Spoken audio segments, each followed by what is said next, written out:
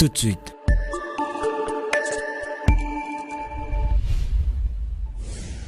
Le journal.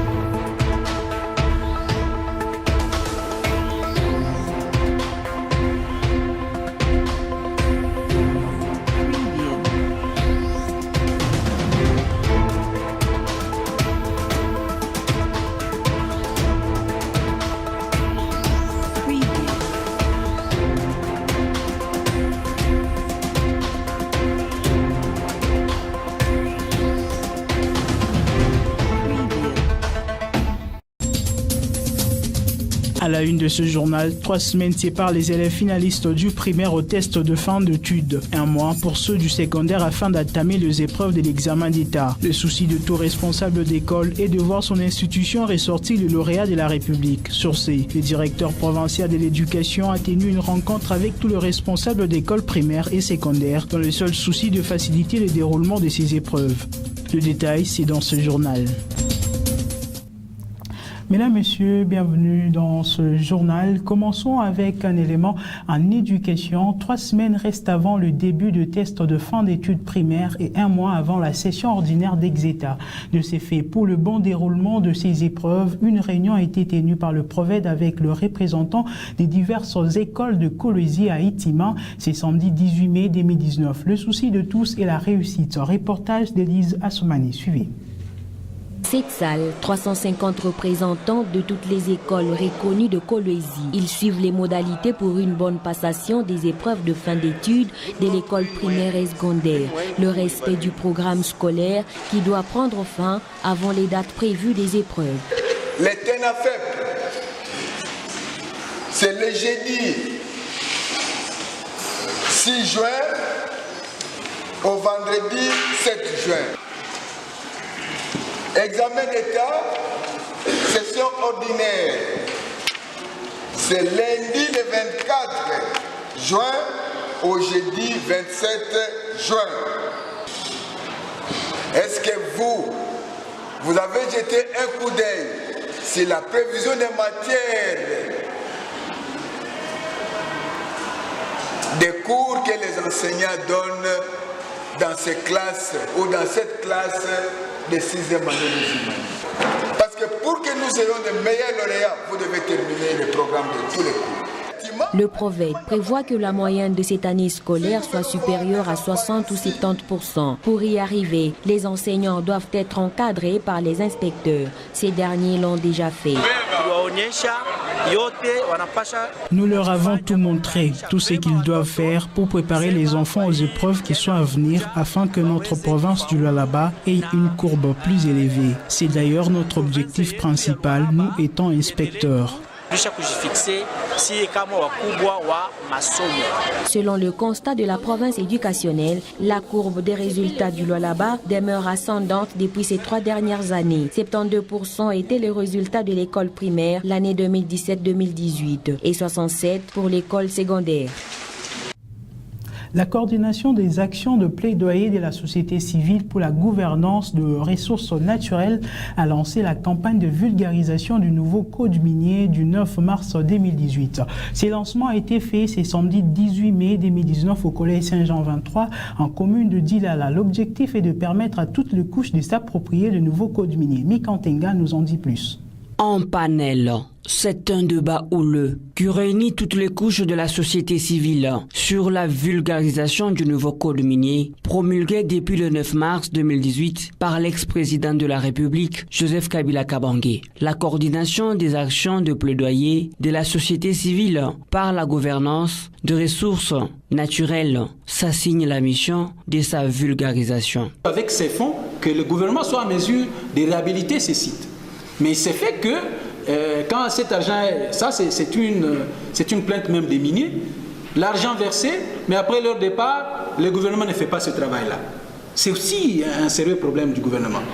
Donc, plusieurs questions ont été posées aux panélistes s'agissant de la problématique autour de l'exploitation artisanale au Lualaba. Contrairement dans d'autres pays, ici en RDC, l'exploitation minière artisanale, elle est légale. elle est légale parce qu'elle est reconnue. Il est vrai qu'en province, il y a deux types d'exploitation minière. Il y a le type industriel et le type artisanal. Après un long débat, les organisateurs n'ont pas manqué quoi dire. Le Lolaba a vraiment un intérêt manifeste et c'est une très bonne chose pour nous. Le lancement de la campagne sur la vulgarisation de la loi numéro 18/001 du 9 mars 2018 portant code minier est une affaire qui devrait préoccuper tous les citoyens congolais.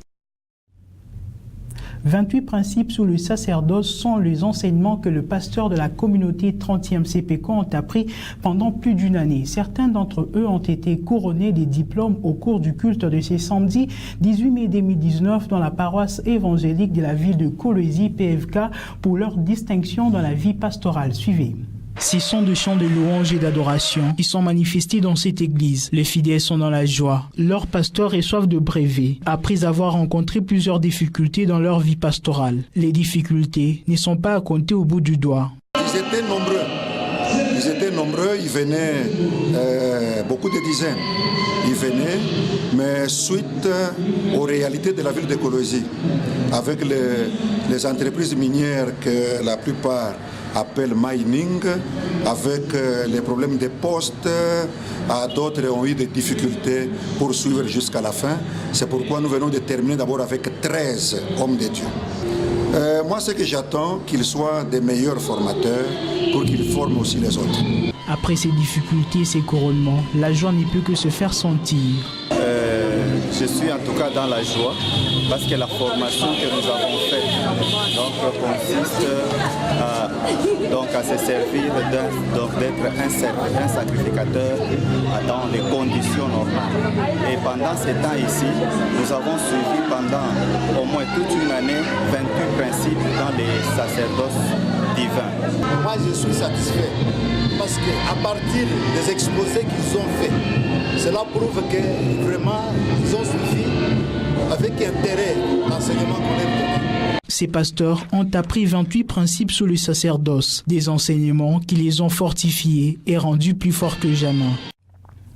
La libération de la République démocratique du Congo après plusieurs années sous le régime dictatorial fait parler plus d'un Lualabé. Le fait Laurent Désiré Kabila était-il réellement un libérateur ou pas? Une question qui suscite plusieurs réactions de la part des analystes politiques à l'occasion de la libération de la RDC célébrée le 17 mai. Ils sont au micro de Patient Kabamba.